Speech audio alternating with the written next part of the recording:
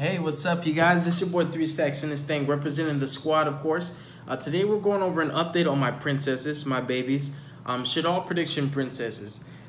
This is definitely one of my favorite decks. I do love rituals a lot. If any of you are new to my channel and didn't really, like either keep up with me or know about me before, one of the things that I love the most about this game is the ritual mechanic itself. I don't know what it is, but ritual is my favorite kind of summoning, and it's by far arguably the worst, and it's the most underappreciated, the one that gets little to no love, and it's the best to me. I'm entitled to my opinion just like you are, and I feel like rituals are just the best. So that's the reason why I played Prediction Princess Shaddolls, because I do love Shaddolls, and I do love rituals, and I felt that this engine in particular was one of the ways that I can keep Shaddolls alive, keep them competitive and viable, because Terra Trace is stupid good in this deck. So I'm going to hop into the main deck, and I do hope that this kind of gets love, because I don't know why, but every time I upload a Shaddoll video, nobody really watches it. But even so, you guys can watch whatever you want, but I just hope that this time it does get love. So we have 3 copies of Prediction Princess Terra Trace. She's just insane. She's flip effects on steroids. She can flip a monster face up or face down during your player's turn. And during your end phase, she special summons a flip effect monster from your hand or your graveyard in face down defense position. So she is just incredible. And she's a level 9, so she does help me to make one of my favorite XYZs of all time. And something different that changes, now I'm playing 2 Pot of the Forbidden. I used to play Silver the Ascendant Dragon or whatever it was. It's like this light ritual that lets you discard it to negate targeting, because I used it for my Ritual Sanctuary, but I cut it for this because I really love Pot of the Forbidden. This card is one of the reasons why this deck is even good. This card is ridiculous. It has 4 effects. You can only use 1. And it's a flip effect, so you can either draw 2 cards, which is Pot of Greed. You can pretty much Giant Trunade, return all spells or traps to the hand. Or you can Raigeki, destroy all monsters your opponent controls. Or you can basically, in a way, like, just mind crush your opponent, really. You look at their hand, and then you choose 1 card in their hand, and you shuffle that card into the deck. But even though they're only losing 1 card, you have the knowledge now. You can even pull this off turn 1. This is a turn 1 thing. You summon this from the grave off territory during the end phase. Use her effect to flip them up, and then look at their hand immediately if you want to. Or you can wait till their turn. You can wait till after they search. But you kind of know what you're playing. You know every single play that they're about to make, especially if you know their deck. And then you take away the best card that they have.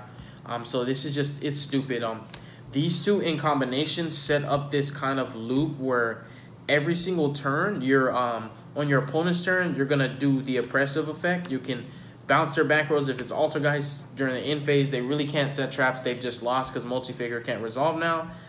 You can, take cards from them. You can Raigeki them if you need to. And on your turn, the effect that you're going to be using is the draw 2. So this guarantees that you get a +2 every single turn. On your turn, draw 2. On their turn, you're going to be hitting their cards. And you just, that's how you use it. You just set it, reflip it, set it, reflip it, endlessly with Terra Trace. So sword and shield, attack or defender, really powerful. And then for the Shaddolls, I played 3 Squamata. I'm really weird with the Shaddolls. I feel like Squamata is the actual best Shaddoll, because it sends any Shaddoll anyway. So I look at it think of it as 3 reinforcement of the armies for any of your Shaddolls. It's 3 extra copies of anything. It's an 1800 body. It's a level 4, and it also happens to pop monsters, so it can help you to outboard. So I just love Squamata so much. And it just so happens that Squamata, I believe is... No, it's Shaddoll Dragon. Shaddoll Dragon is a Yang Zing. Yeah. I forgot which one this was. But yeah, Dragon is the one I'm talking about. Then we play 3 copies of Hedgehog. I see this card and I get really sad because I remember Neo Flameville Hedgehog. I used to play Flamevilles and Laval's. Laval Flameville, I called them Flamevalls. And I recall Hedgehog when I played it. It was a decent tuner and they did him dirty.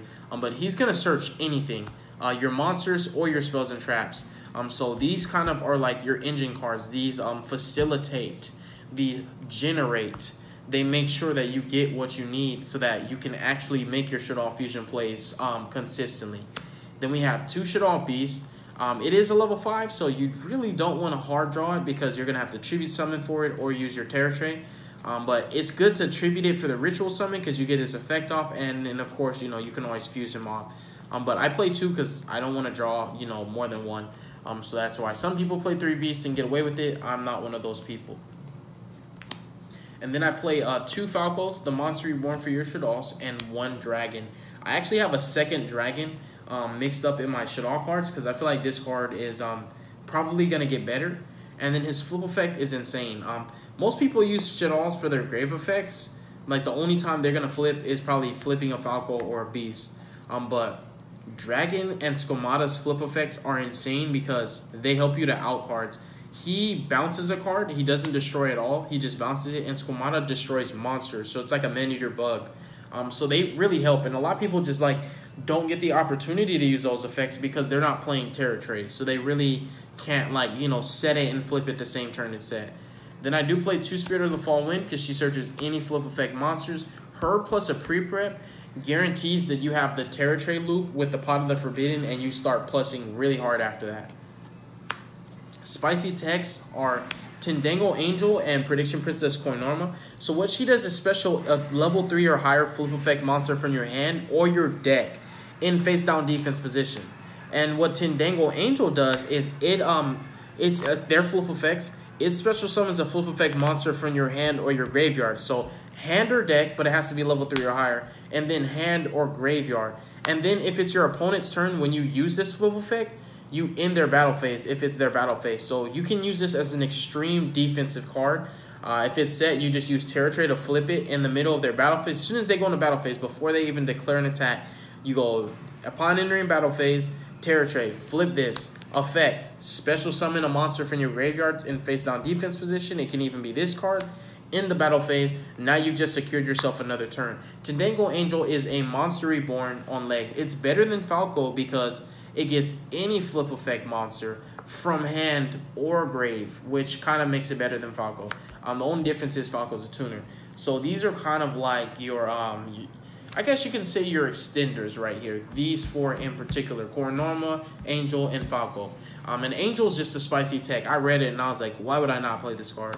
And then we do play Blue Boy because Blue Boy is just, he's mad good, man. Like, I like Blue Boy a lot. That's it for the monsters. For our spells, we play 3 Pot of the Forbidden, 3 Allure of Darkness. Your entire deck is practically dark. It really helps out a lot. We play 2 Spellbook of Secrets, and I do apologize. My knowledge is currently in my Dark Lords. My Dark Lords are very, very blessed. They kind of get to keep cards in their main deck while my other decks share, but I don't like to share cards from my Dark Lords with other decks.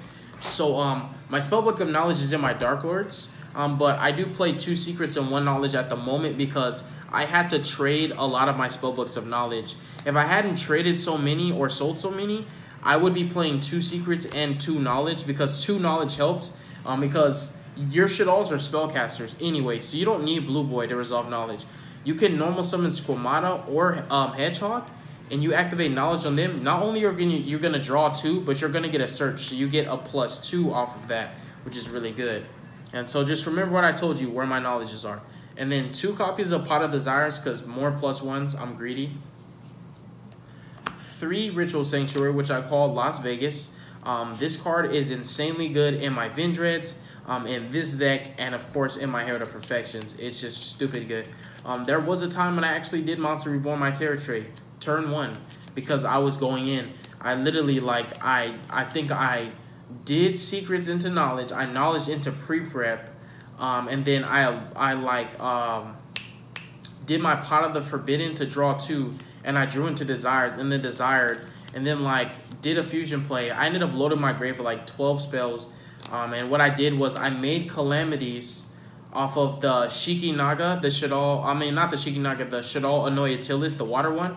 I overlaid that and the Prediction Princess Terra Trade. I detached her just so I can summon her from the grave off this, and my turn 1 board was Behemoth Fiendish, True King of All Calamities, plus the Pot of the Forbidden face up in attack position, and Terror Tray. So I had Terror Tray, Pot of Forbidden, True King of All Calamities, and Behemoth Phoenix, and that was my turn 1 board. It was just insane. And then we have 3 copies of Pre-Preparation of Rites. It's my actual, like, my favorite spell in the game of Yu-Gi-Oh! Is this spell right here. I had, like, at one point in time, I had 23 of these. I think I still have, like, 15. And then we have our Playmakers, which are the spells that are going to be, you know, summoning your monsters out, which are kind of like, these are the bread and butter. These are more important than any other spells. These are your end goals. This deck can search and draw and draw and draw, but at the end of the day, it has to land on one of these. And it has to land on these. It's either going to draw them or search them out. So you play 3 Prediction Ritual. It's going to summon your Terror Tray. You can banish it from the graveyard and add a Prediction Princess monster from your deck to your hand, which is really cool. And then we have our Shaddoll Fusions. I play 3 of each because I like opening these, and then I like seeing both. I want to see 1 and 1. I don't care if I'm playing the risk of seeing 2 of one of them. I just really want to see one and then search the other. So I go into my Shaddoll Fusion turn 1, or even going second, this is retarded. But I go into my Shaddoll Fusion turn 1, and then, you know, on my opponent's turn, I have this as a reactive card, kind of using it as trap. So if the wind is not doing enough, putting in enough work, I can flip this, go into a fusion that's going to suit my needs more in that particular situation. Or even if my wind is in trouble and, like, they, you know, target it and banish it, or target it and shuffle it to deck, or target it and bounce it, you chain this, make another window, they miss their target. Because they're going to try to hit her without destroying card by card effects, which is really good. That's why this is good. And, of course, you OTK with this. Then I do play 1 Terraforming, which I call Optimus Prime, to search out my field spell. And the only trap that I play in my main deck is Shaddoll Core. You can play Shadow games. I've tried it all, trust me. I'm a Shaddoll player, like, ride or die. I've played Shaddolls since we were in a format where Burning Abyss, Necros, Satellar Knights, Ritual Beast, Cleaforts, Infernoids, and Yang Zings, and Shaddolls were, like, the meta. Like, every single deck that I just named, like, these were the meta. And then, like, Burning Abyss players were making, like, Dantes and turning them into freaking, what's it called? Constellar Pleiades. They were doing weird stuff. Like, I have a lot of experience with Shaddolls, and in this build, this is the only trap that I particularly need. It summons itself as a level 9, which is a plus, so I can use it to make calamities. But in addition to that, this, I love to search. Like, if I hard draw into my El Shaddoll Fusion, I'm going to search this off of my Hedgehog, so that this way I can make any fusion I want on my opponent's turn. And then this also acts as an endless resource, because you can use your fusion monsters to add this back and use this to add back your fusions, or vice versa. So you kind of just set up this loop where you never run out of cards. And then for the extra deck, we play 1 Behemoth Fiendess. I was playing it at 2, but we did get this new Link monster, Shaddoll Construct. She's A-okay to me. She's not amazing. Like, not, you know, as good as they could have made her, but they did make her pretty darn good, actually. She has longevity. You only need 1 once you've made her. She kind of just loops herself in and out of rotation. Behemoth Phoebus is like Double Helix. It's like Isolde. It's like Electrum. It's like Phantom Quartz. It is one of those Link monsters that when you make it and resolve its effect, you kind of have to win. You have to win because of the sheer card economy that you get off this card. And if you don't win, you start winning. So this card is just kind of like, you resolve this, it's so busted. It's just stupid good. And then for my Shaddoll Fusions, oh wait, there's some more links first. So these are the links that require 2 flips. You summon these, you resolve their effects, start winning. We have Skuldred, we have Unicorn, and Cerberus, and Phoenix, just for a small Nightmare package. And then Skuldred's really easy to make turn 1, depending on your hand. And then turn 2, it's even better to make this, because you can do your Behemoth Fiendess, get all the advantage off of that, and then turn it in your other board into Skuldred, and then use Skuldred special summon, and you just, it's really good. It's nasty, in fact. So Skuldred's amazing. For Shaddolls, I play 3 Winda. Winda has such a high impact this format. She's insanely good against Gokis and Spirals. Those decks just can't beat this. A Trickstar player, like, they can Scapegoat, I get that, but they really can't do anything much with that Scapegoat. And then I also think that Invoke is pretty good, because they only need really 1 special summon, but they have to pick between the Mekk-Knights and the Alistair. Granted, they will pick the Alistair. After that, they really have no pressure. They're just kind of like stuck. And there's ways that you can protect this because remember, you can just flip another fusion. So she's really strong. She kind of just like her plus Terra Tray is already a soft lock because your opponent's going to get one special summon. And then that one monster they special summon is going to get flipped face down. And they're kind of just have to pass. So it gives you another turn. It's really good. Winda, stupid good, bro. I play Shikinaga. Shikinaga is kind of offensive and defensive at the same time. She negates monster effects. She's broken. I also play Annoyantilis because she denies Goki Rematch. She denies Soul Charge. She denies Monster Reborn. She denies Monster Reborn. She denies Spiral Gear Big Red. She denies a lot of stuff. People really sleep on this card. This is one of my favorite Shaddoll fusions, not only for the artwork, but because I go into her so frequently. Because I Calamities Turbo. Like this deck, I make True King of all Calamities like every single time. Every time I'm playing this deck, I make this card. Like I never don't. And she's one of the ways I do it. So I just read you her effect because she's probably one of the best floodgates of the format. Like literally, she's a ghost bell on legs. All right, so. Of course, she has to be fusion summon. Neither player can special summon monsters from the hand or the graveyard using spell or trap effects. Same effect, you know, if it's into the graveyard, add a Shaddoll spell or trap. So what you want to do is you want to get your Terra Tray out first because that's a ritual summon. That's summoning from the hand using a spell or trap effect. Once you have your Terra Tray out, you summon this, and you summon Terra Tray more consistently. You bring this out, so you're never gonna summon this before you make Terra Tray because you don't want to put yourself under the floodgate, but. This is like a really strong soft lock. So this deck kind of like Shaddoll's archetype itself has a lot of restrictive ways to kind of combat the meta. And like I said, remember all those spells I named. Rematch, Monster Reborn, Soul Charge, Big Red. I forgot the rest of them. There's a lot of them though. There's some really, really good spells that summon from the hand or the graveyard.